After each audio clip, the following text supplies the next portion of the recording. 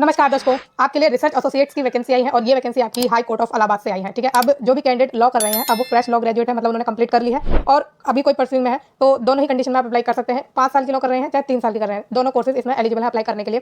Total इसमें 36 vacancy है। ठीक है, और जो इसमें ये आपका नेचर है अपॉइंटमेंट का वो है कॉन्ट्रेक्चुअल, आपके लिए 1 साल का ये कॉन्ट्रैक्ट है और इसमें आपको ऑन रेट 25,000 रुपये पर मंथ मिलेगा। तो आपके लिए ये अच्छा मौका आया है डायरेक्टली इलाहाबाद हाई कोर्ट में काम करने का या हाई कोर्ट में काम करने का, जो कि आपके जो रिज्यूमे हो गया या फिर आपका जो फ्यूचर है आपको बहुत ब्राइटन करेगा आगे। इससे आपकी चीज़ें अच्छी होंगी, आपको काफ़ी इन हैंड एक्सपीरियंस मिलने वाला है और आपको बहुत कुछ हाई कोर्ट के बारे में जानने को मिलेगा। तो अगर आपको ये अपॉर्चुनिटी मिल रही है, आपने लॉ करी है या कर रहे हैं, अपने फाइनल ईयर में है, तो आप इसमें आराम से अप्लाई कर सकते हैं। बाकी और भी डिटेल में हम इसकी एलिजिबिलिटी जानने वाले हैं आगे कि कैसे कैसे और कंडीशन अप्लाई हो रही है, इसका सिलेक्शन प्रोसेस हम देखेंगे, एज लिमिट देखेंगे, आपकी और भी जो भी इंपॉर्टेंट चीज़ें होंगी, इन्फॉर्मेशन होगी इससे रिलेटेड सारी हम इसमें देखने वाले हैं। तो सबसे पहले मैं लास्ट डेट बता दूं आपको कि 1 अप्रैल तक आप इसमें अप्लाई कर सकते हैं और जो इसमें अप्लाई करने का तरीका है वो ऑनलाइन रहने वाला है, आपको ऑनलाइन इसमें अप्लाई करना है। ठीक है, बाकी जान लेते हैं थोड़ी और इसमें डेट दी हुई है कि क्या किस डेट को होगा। स्टार्ट डेट हो चुकी है 15 मार्च से और लास्ट डेट मैंने बता दिया आपको 1 अप्रैल तक रहेगी और ये आपकी रात के 12 बजे तक आप अप्लाई कर सकते हैं। फिर last date for updation of payment detail ये 8 अप्रैल तक रहेगा रात के 12 बजे तक और display of detail of weightage marks on the official website तो ये 28 अप्रैल 2025। अब आप इसके बारे में सोच रहे होंगे कि क्या है, तो इसको हम डिस्कस करने वाले हैं आगे। ठीक है, इसको हम डिटेल में देखेंगे कि ये किस बारे में आपकी बात कर रहा है। फिर objection to award of weightage marks में भी रेज अप टू 1 मई तक। ठीक है, तो ये भी चीज़ देखेंगे, इसी से रिलेटेड है। फिर आपका जो शॉर्टलिस्टेड कैंडिडेट का जो screening test and interview test का जो पब्लिकेशन होगा 27 मई को होगा। एडमिट कार्ड आपका लास्ट वीक ऑफ मई 2025 के आएगा और date of screening test and interview वो आपकी सेकंड सैटरडे एंड या फिर और सेकंड संडे ऑफ जुलाई 2025 तक होगा। डिक्लेरेशन ऑफ फाइनल रिजल्ट आपका रहेगा जुलाई 2025 को और आपका जॉइनिंग लेटर आपको मिल जाएगा immediately after the declaration of final result. तो मान लीजिए अब जुलाई तक आपका जो आपका जॉब लेटर है, एक जॉब लेटर ही है आपका, ये आपको मिल जाएगा जुलाई तक ही। ठीक है, तो मतलब जुलाई के अगले महीने मान लीजिए। और जो इसमें ऑनलाइन आपको अप्लाई करना है मैंने आपको बता ही दिया। आगे बात करें तो आपको प्रयागराज या लखनऊ दोनों में से कहीं भी काम करने को मिल सकता है। इनकी बेंच होती है, आपको पता ही है, लॉक कैंडिडेट आप हैं, आपको डेफिनेटली सारी चीज़ें मुझसे बेहतर पता होंगी। फिर एप्लीकेशन फीस पर हम बात करें तो 500 रुपये की फीस आपको लगेगी और ये फीस जो लगेगी ये सभी कैंडिडेट के लिए है, कोई भी एक्सेप्शनल केसेस इसमें नहीं है। ठीक, अब आते हैं एसेंशियल क्वालिफिकेशन की, आपकी एजुकेशनल क्वालिफिकेशन क्या है। तो मोटा मोटा मैंने आपको बता ही दिया है कि लॉ डिग्री वाले या लॉ कैंडिडेट इसमें अप्लाई कर सकते हैं। अब 5 ईयर या 3 year law degree obtain in the current calendar that is 2025 from any law college या university recognised by bar council of India. तो जो भी 5 साल की या 3 साल की अपनी डिग्री अभी कर रहे हैं करंट कैलेंडर में, वो इसमें अप्लाई कर सकते हैं, लेकिन उनका जो यूनिवर्सिटी या कॉलेज है वो रिकॉग्नाइज होना चाहिए बार काउंसिल ऑफ इंडिया से। दूसरा है application shall be accepted from such law graduate who have neither practice as an advocate nor are engage in any other profession or vocation services. तो अगर आप एकदम फ्रेश हैं, आपने कहीं प्रैक्टिस नहीं की है, ठीक है, आप एंगेज नहीं है कहीं भी प्रोफेशन में, वोकेशन सर्विस में, तो आप इसमें अप्लाई कर सकते हैं। Candidate who may have appeared in LLB final year examination in 2025 and may be awaiting result may also apply. तो जो अभी परसों है अपने फाइनल ईयर का एग्जाम दे चुके हैं और उनका रिजल्ट अभी अवेटिंग है, तो वो भी इसमें अप्लाई कर सकते हैं। नेक्स्ट आते हैं ओनली दोज लोग graduate who have scored 55% or more marks in their LLB examination are eligible to apply for engagement and research associate. तो जिनके 55% मार्क्स हैं वही इसमें अप्लाई कर सकते हैं या उससे अबव है वही इसमें अप्लाई कर पाएंगे। Candidate must have working knowledge of computer application involving data entry, word processing and similar computer operation.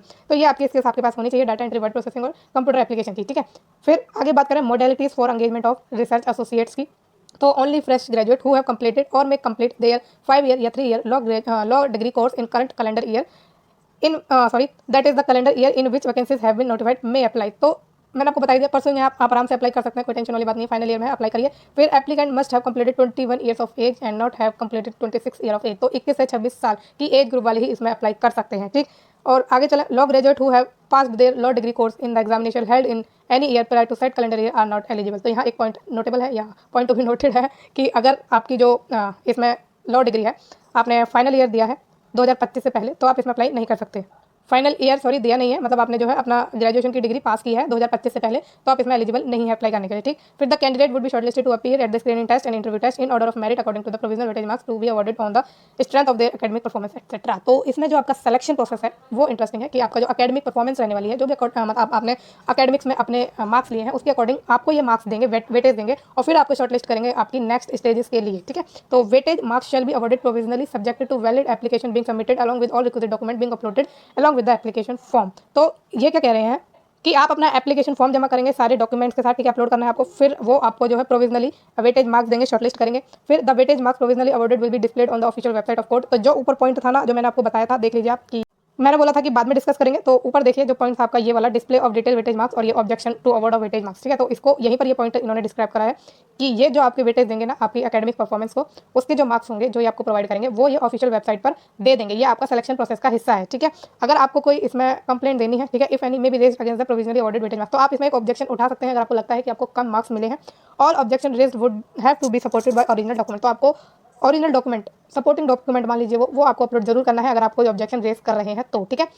और दिस में भी send by speed post with in 7 days of such objection bye candidate. तो आपको ये by post से भेजना होगा। Online आपका एप्लीकेशन फॉर्म जाना है, लेकिन अगर आपको ऑब्जेक्शन उठाना है तो उसके लिए आपको बाय पोस्ट ये भेजना है 7 दिन के अंदर अंदर, ठीक है। जब आपका ये रिजल्ट जो आपका वेटेज मार्क्स है वो जब साइट पर अपलोड हो जाएंगे उसके 7 दिन के अंदर आपको भेजना है। Thereafter the list of all candidate provisionally shortlisted to appear at the screening test interview test will be uploaded on the official website. तो आप फिर फाइनली अपना जो कैंडिडेट की लिस्ट है वो पब्लिश कर देंगे वेबसाइट पर। It shall remain subject to verification of all original document. If weightage marks awarded to two or more candidate are found equal, then the candidate older in age shall be placed higher in the list of candidate provisionally shortlisted। तो इसमें अगर किसी के equal weightage marks मिल जाते हैं किसी दो candidate को या उनसे ज़्यादा कैंडिडेट को, तो उन कैंडिडेट में जिनकी एज ज़्यादा रहेगी उनको जो है ये सेलेक्ट करेंगे, ठीक है। Candidate 3 times the number of existing vacancy और 150 may be shortlisted to appear at the screening test and interview subject to decision of committee in order of their inter se merit of weightage marks awarded. तो इसमें जो है 150 candidate बुलाए जाएंगे, मतलब आपके जो वैकेंसी है उसके 3 गुना, ठीक है। 150 प्लस भी हो सकता है। तो ये कमिटी पर जो है रिलाई करेगा या उन पर निर्भर करेगा, ठीक। The screening test and the interview test may be held on the same day at Prayagraj. तो जो आपका स्क्रीनिंग टेस्ट है और इंटरव्यू टेस्ट है वो सेम डे हो सकता है और वो आपका प्रयागराज में होगा। Subject to clause 7 above all original document shall be verified to determine the final eligibility of the screening test interview test. Weightage marks shall be finalised for all candidate upon award of the final weightage marks. If any candidate for not eligible to shortlisted his candidature shall be cancelled notwithstanding their participation in the screening test interview. तो definitely अगर आपको कुछ क्या कहते हैं कुछ गलती निकली आपके डॉक्यूमेंट में, ओरिजिनल डॉक्यूमेंट्स में कुछ भी चीज़ हुई तो उसमें आपको जो है शॉर्ट लिस्टिंग आपकी रोक देंगे, आपकी जो कैंडिडेट है वो कैंसिल कर देंगे। फाइनल सिलेक्शन की बात करें, जो आपकी शॉर्टलिस्टेड कैंडिडेट रहेंगे उनमें से तो आपकी सोलरी रहेगी आपकी ये aggregate of marks obtained by individual candidate. तो आपके जो मार्क्स मिलेंगे उसके बेस पर आपको फाइनल सिलेक्शन होने वाला है, जो कि है final weightage marks together with merit marks awarded at the screening test interview test with first right to join to grant in order of merit subject to final decision of the committee with respect to merit position upon which invitation for engagement may extended.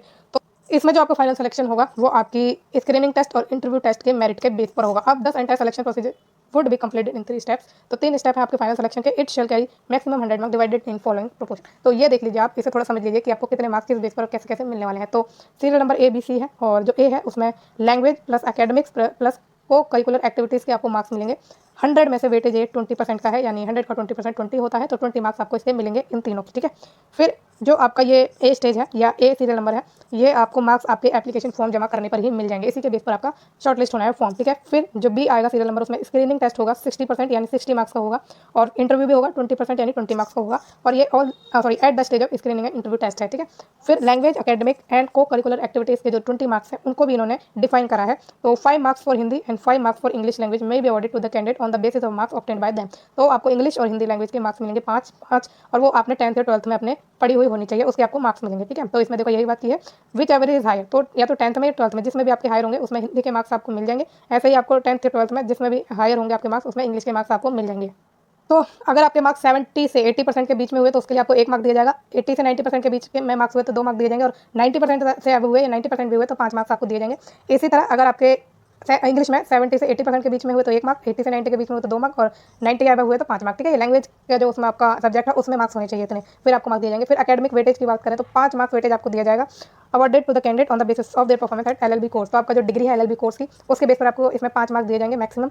अगर आपके 60 से 65% के बीच में marks हुए तो 1 mark मिलेगा और 65 से 75% के बीच में मार्क्स हुए तो 3 मार्क मिलेंगे और आपके 75% से 80% के बीच में हुए तो 4 मार्क मिलेंगे और 80 या मोर देन 80 है तो 5 मार्क मिलेंगे। या फिर जो आपका इसमें एलएलबी 3 ईयर का है, सॉरी ये 5 ईयर का है, 5 ईयर के कोर्स वालों के लिए, ठीक है। और जो 3 ईयर वालों के लिए है वो ये वाला है, इसमें भी सेम ही रहने वाला, कुछ अलग नहीं होगा। 60 से 65% के बीच 60 से 65% के बीच वाले मार्क्स के लिए 1 मार्क दिया जाएगा। 65 से 75% वालों के लिए 3 मार्क दिए जाएंगे। 75 से 80% वालों के लिए 4 मार्क दिए जाएंगे और 80 या 85 वालों के लिए 5 मार्क दिए जाएंगे। तो सेम आपका क्राइटेरिया है, कुछ अलग है नहीं, ठीक है।